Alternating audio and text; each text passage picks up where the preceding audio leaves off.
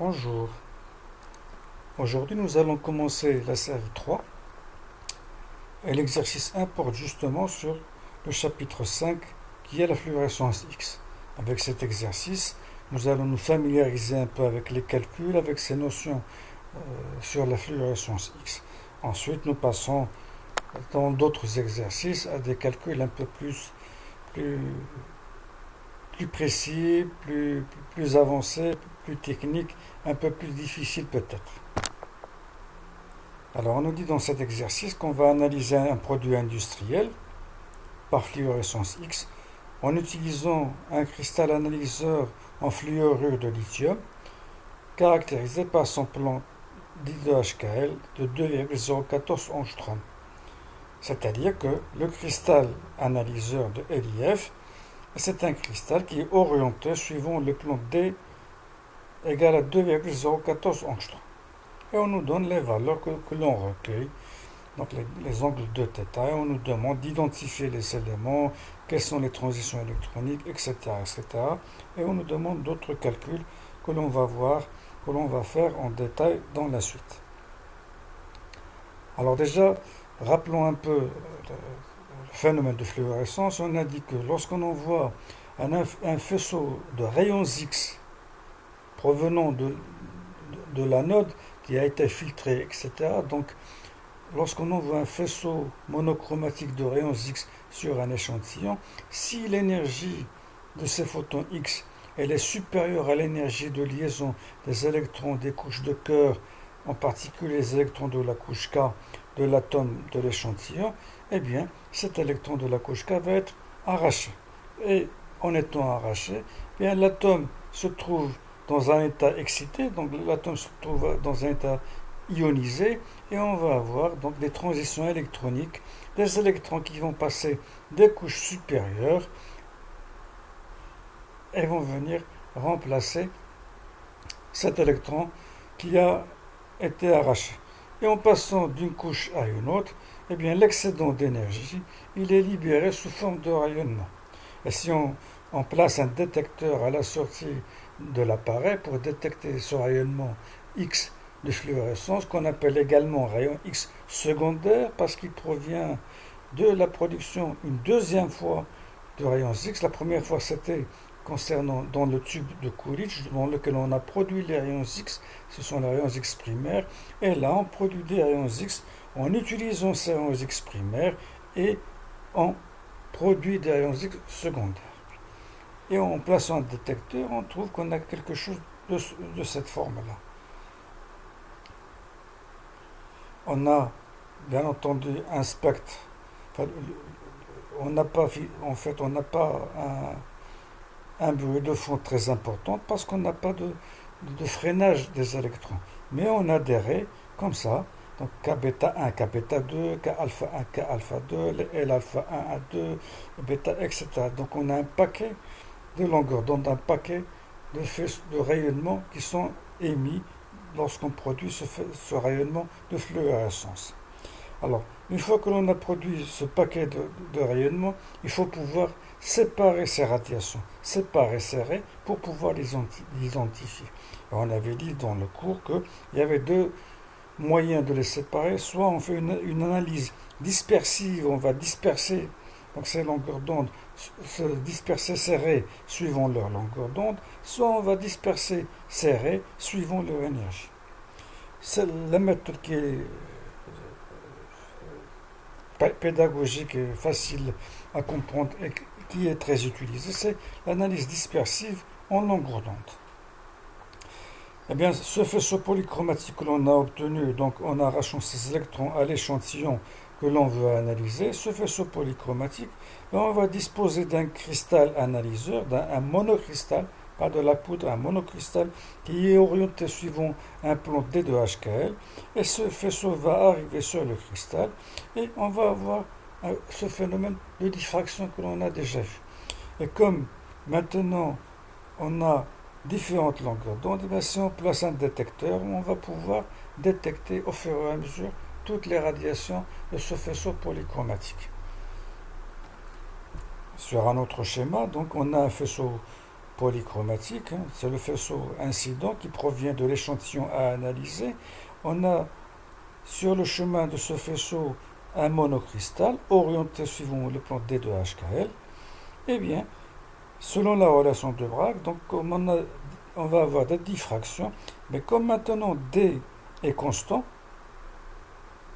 c'est un monocristal orienté, donc D est fixe, eh bien, nous allons avoir pour chaque longueur d'onde lambda I, ben, il va nous donner un faisceau diffracté dans une direction θi. Alors celle-ci, la noire, va nous donner un faisceau diffracté en faisant un angle de θi avec le faisceau de θ1 avec le faisceau incident, celle-là de θ2 avec le faisceau incident, de θ3, de θ4, etc., etc. Et si on dispose d'un compteur et qu'on fait un balayage, donc suivant un goniomètre qui permet de déterminer, donc ce compteur permet de déterminer l'angle et l'intensité des raies, donc on va pouvoir mesurer donc toutes les raies les unes après les autres. Et connaissant les angles θ que l'on va mesurer à l'aide du compteur, eh bien on va pouvoir déterminer les longueurs d'onde lambda I.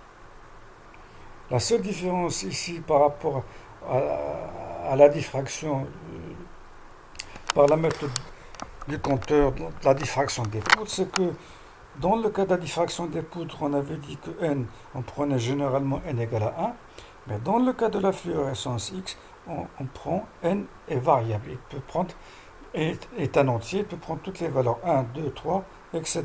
Donc nous aurons, si n égale à 1, nous aurons lambda I, donc un angle pour θ1, θi. Si n égale à 2, donc nous aurons un deuxième angle, θi égale, enfin 2 des sinus θi égale 2 lambda I, donc plus chaque ordre va nous donner une raie. Mais généralement, ça reste en des intensités très très très faibles. On va le voir dans la suite. Alors, une même longueur d'onde peut être réfléchie par une famille de plans réticulaires sur diverses incidentes, correspondant aux ordres de réflexion 1, 2, 3, etc. Mais l'intensité des raies est alors de plus en plus faible. Et je vous avais montré donc cette figure, donc, où on voit en rouge les raies K-alpha de certains éléments, le fer, le cobalt, le nickel, le cuivre et le zinc. En vert, les raies K-bêta. K-bêta a une énergie, une longueur d'onde plus faible que K-alpha, donc une énergie plus grande que K-alpha. Donc on va la trouver à gauche. On le voit ici, K-bêta, du fer, du cobalt, nickel, cuivre, zinc. Et on va également avoir, pour quelques-uns, nous allons avoir des K-alpha d'ordre 2, c'est-à-dire n égale à 2. Et on voit, c'est le cas par exemple ici pour le sodium, enfin pour le nickel, pour le cuivre, pour le zinc. Là, on voit pour le calcium, la K-alpha du calcium, elle est un peu plus loin des autres. Alors, qu'est-ce que ça nous montre? Ça nous montre déjà que c'est la K-alpha d'ordre 1 qui a l'intensité la plus grande, beaucoup plus grande que la K-bêta, et que les raies correspondant à K-alpha d'ordre 1 ou K-bêta d'ordre 1, bon ici c'est K-alpha d'ordre 1 pour ces raies-là, ont une énergie, ont une intensité beaucoup plus grande que les raies correspondant à l'ordre n égale à 2. On le voit ici, ça n égale à 2 pour le zinc, et là c'est n égale à 2, 1, n égale à 1 pour le zinc. Et ça va nous aider par la suite dans la manière de résoudre les problèmes. Et on avait dit que lorsqu'on avait une molécule de type AX, BY, CZ, ou un mélange de molécules, pour pouvoir avoir la fluorescence et provoquer la fluorescence des éléments A, B, C, D, il faut pouvoir arracher des électrons aux atomes A, B, C et D. C'est-à-dire on doit avoir cette relation-là.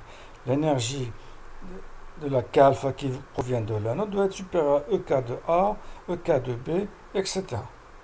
À ce moment-là, donc, on va pouvoir avoir la fluorescence de A, B, C et D.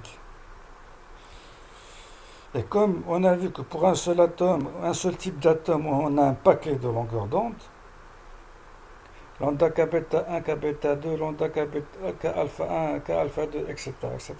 Là, si on a plusieurs éléments, on aura plusieurs paquets de longueur d'onde. Le paquet correspondant à A, le paquet correspondant à B, correspondant à C et correspond à D.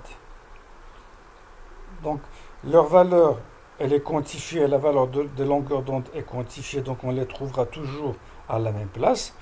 Mais ce qui va changer, par contre, c'est l'intensité des raies. L'intensité, pourquoi? Parce que l'intensité dépend de la quantité de l'élément dans le composé. Donc si j'ai un mélange, si j'ai un élément dans un mélange, mais cet élément est en faible quantité, eh bien l'intensité de ces raies sera plus faible que celle des autres qui sont majoritaires ou prépondérants. C'est ce qu'on voit d'ailleurs sur cette figure. Donc, on a 35% de BAO et 5% de MnO2. Donc, la K-alpha du manganèse, elle sort donc avec une intensité relativement faible, alors que celle du barium, les raies du barium, là c'est la L-alpha, les L-bêta, sont beaucoup plus grandes. Voilà, on peut donc commencer l'exercice. Donc, nous avons donc 4 raies et on nous donne les angles θ. Bon, déjà, on va utiliser la relation de Bragg, mais dans la relation de Bragg, on a 2d sinus θ donc, et non pas 2θ, donc il faut calculer θ. Pour cela, on va diviser par 2, donc on a les valeurs de θ. Et comme d est connu, c'est 2,014 angstrom, eh bien, on remplace, on a θ, on a d, on calcule directement n lambda. Et on a ces 4 valeurs des n lambda correspondant, je ne dis pas des lambda, je dis des n lambda. Mais bien sûr, on va supposer, pour essayer d'identifier les éléments, on va supposer que n égale à 1. Et on va chercher quels sont les éléments, ou quel est l'élément qui a une longueur d'onde est égale à 1,5408.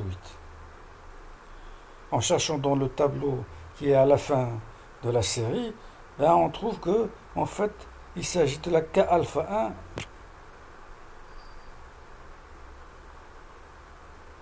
Donc l'ordre est bien n égale à 1, c'est bien n égale à 1, et la nature des raies, c'est une K alpha 1 d'ordre 1 du cuivre.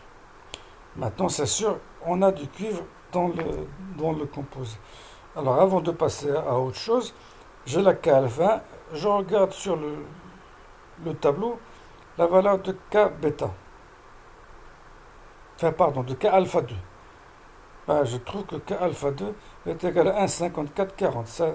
Ça veut dire que cette raie aussi, elle appartient au cuivre. Mais c'est la K alpha 2. Je regarde s'il y a une valeur de la K bêta du cuivre. 1,392. Ben, j'ai pas cette valeur ici, donc on n'a pas la K bêta du cuivre. On n'a que la K alpha 1 et la K alpha 2. Ensuite, je passe à la raie suivante, qui est celle-ci, 1,6579 pour n lambda. Je regarde dans le tableau, je compare, je trouve qu'il s'agit en fait de la longueur d'onde K alpha 1 d'ordre 1 du nickel. Et pareil, je cherche la valeur de K alpha 2, donc 1,6617, c'est la K alpha 2 d'ordre 1 du nickel. Et on peut dire que les éléments identifiés donc, de ce composé sont le cuivre et le nickel. Donc toujours calculer n lambda, supposer que n égale à 1 et chercher donc, dans les tableaux quels sont les éléments qui ont cette valeur-là pour lambda K alpha. Que ce soit K alpha 1 ou K alpha 2, ça dépend des valeurs des tableaux qu'on vous donne. Est-ce qu'on vous donne les détails K alpha 1, K alpha 2 ou est-ce qu'on vous donne un K alpha moyen? Et ça, donc, et toujours on va procéder comme ça. Bon, il y aura quelques différences, on va les signaler lorsqu'on abordera les exercices un peu plus longs et décomposer un peu de formules un peu plus compliquées, mais c'est toujours comme ça. Donc on fait le calcul de n lambda et on cherche dans le tableau quels sont les éléments qui ont des valeurs proches ou égales à cette valeur que nous avons mesurée. Ensuite, on nous dit, une fois qu'on a identifié les éléments, on nous demande de calculer EL2, EL3 et EM, c'est-à-dire l'énergie du sous-niveau L3, celle du sous-niveau L3, EL2 et celle du niveau M. Alors nous savons que EK alpha 1 c'est EK moins EL3, EK alpha 2 c'est l'énergie d'une transition électronique, c'est EK moins EL2, l'électron vient de L2 vers K, pour K alpha 1 l'électron vient de L3 vers K, et pour K bêta l'électron vient de M vers K. Nous on cherche EM, EL3 et EL2, donc on remplace E par HC sur lambda, et ça nous donne des expressions comme ça. Par exemple, lambda L2, c'est égal à lambda K fois lambda K alpha 2, que divise lambda K alpha 2 moins lambda K. Et on a les valeurs de H, de C, et la conversion du joule en électron-volt, parce que H elle est exprimée en joule seconde, et nous on veut une énergie en électron-volt. Donc il nous faut une relation entre le joule et l'électron-volt, c'est cette relation de conversion. Et on va avoir donc ces valeurs-là. En faisant l'application numérique, on doit trouver ces valeurs, c'est-à-dire que E, L2, pardon, là c'est pour le cuivre, d'ailleurs on peut l'écrire,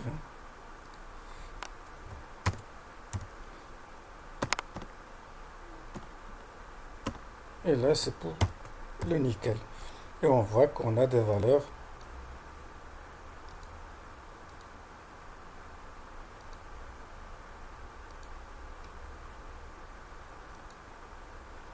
pour le cuivre, donc EL2 951, E de L3 937, E de M 78 électronvolts.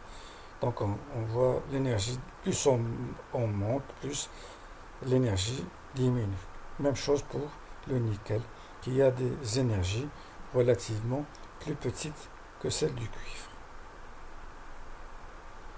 Alors normalement, le calcul est simple, mais le fait de multiplier, de diviser, et surtout le fait d'oublier de convertir les joules en électronvolts, c'est une source d'erreur.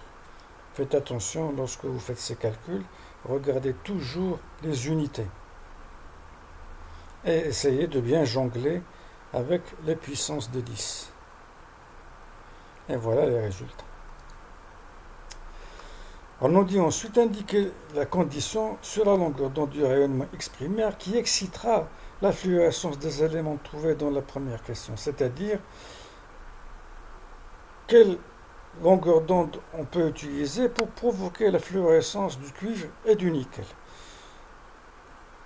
Donc on doit avoir, pour provoquer la fluorescence du cuivre et du nickel, l'énergie provenant de l'anode, c'est-à-dire EK alpha de l'anode, doit être supérieur à EK du cuivre et EK du nickel. Si je passe aux longueurs d'onde, donc la longueur d'onde K alpha, elle doit être inférieure à lambda K du cuivre et lambda K du nickel. Et si je passe à l'application numérique, lambda K du cuivre c'est 1,380 angstrom, lambda K du nickel c'est 1,488 angstrom, et donc nous avons lambda K alpha de l'anode doit être inférieur au plus petit de ces deux chiffres, inférieur à l'inf de ces deux valeurs, c'est-à-dire inférieur à 1,380 angstrom. C'est comme ça que doit être l'anode si on veut provoquer la fluorescence du cuivre et du nickel. On nous dit quelle tension minimale on doit appliquer au tube de rayons X pour faire l'analyse de cet échantillon. Nous avons lambda de l'anode doit être inférieur ou égal à 1,380 angstrom et nous savons que E minimal est égal à 12 394 que divise lambda, relation que l'on a démontrée dans le cours.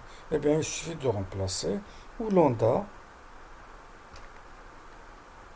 lambda et la longueur d'onde lambda k du cuivre. Donc on remplace. Donc ça c'est la valeur minimale. Lambda doit être au minimum égal à cette valeur. Et donc en le remplaçant ici, on trouve que E minimal est égal à 8,981 kV.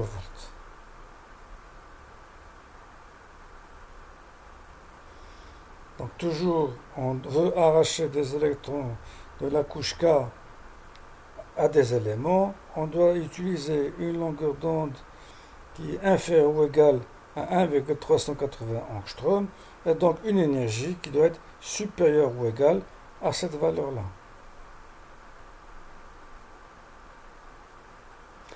Mais en fait, si vous vous rappelez, lorsqu'on a parlé de la production de rayons X, on avait dit que souvent, et dans la plupart des appareils de diffraction, on utilise une tension accélératrice de l'ordre de 40 à 50 kV. Et même pour certaines applications, on peut aller jusqu'à 100 et 120 kV. Ben pourquoi cette différence alors que le calcul nous dit qu'on peut utiliser à peu près 9 kV? Eh bien tout simplement, on avait dit que l'énergie des photons, ben, on avait beaucoup de chocs d'électrons, etc. On avait de l'absorption du fait des chocs des électrons qui vont frapper les électrons périphériques, qui vont rebondir sur ces électrons, etc. Et donc on aura beaucoup d'énergie qui va être perdue sous forme de chaleur. Et donc si on veut réellement arriver à arracher des électrons, ben, il va falloir fournir une énergie beaucoup plus grande pour surmonter donc, toutes ces pertes qui ont lieu dans ce forme de chaleur. C'est pour cette raison qu'on utilise donc des tensions de 40-50 kV.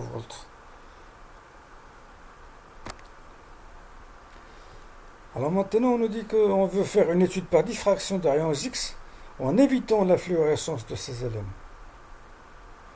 Donc si on veut éviter la fluorescence, quelle que soit la longueur d'onde,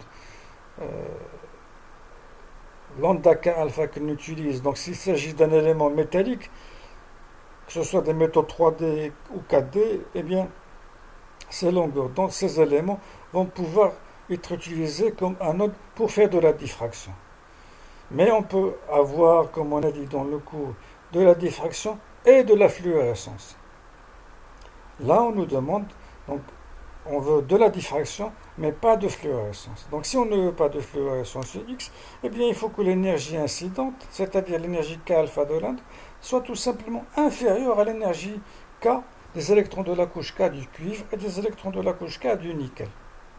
Tout à l'heure, on voulait arracher des électrons, donc cette énergie devait être supérieure. Maintenant, on ne veut pas arracher, on veut éviter d'arracher ces électrons. Et donc cette énergie doit être inférieure à EK du cuivre et EK du nickel. Et en passant aux longueurs d'onde, pareil que tout à l'heure, on arrive à lambda K alpha supérieur à 1,380 angstrom ou 1,488 angstrom, c'est-à-dire qu'elle doit être supérieure au sup de ces deux valeurs, c'est-à-dire supérieure à 1,488 angstrom. Et en regardant dans le tableau, ben on trouve que les éléments qui ont un lambda K alpha supérieur à 1,488 angstrom sont le cuivre, le fer et le chrome. Ces trois éléments, ben, ils peuvent être utilisés comme anticathode de rayonnement X primaire pour faire de la diffraction des rayons X en évitant la fluorescence X. C'est-à-dire n'avoir que de la diffraction X, ne pas avoir de la fluorescence X. Alors rappelez-vous de tout ça. On va de toute manière, on va voir plus de détails, d'informations concernant la fluorescence X lorsqu'on va aborder les exercices suivants. Merci de votre attention.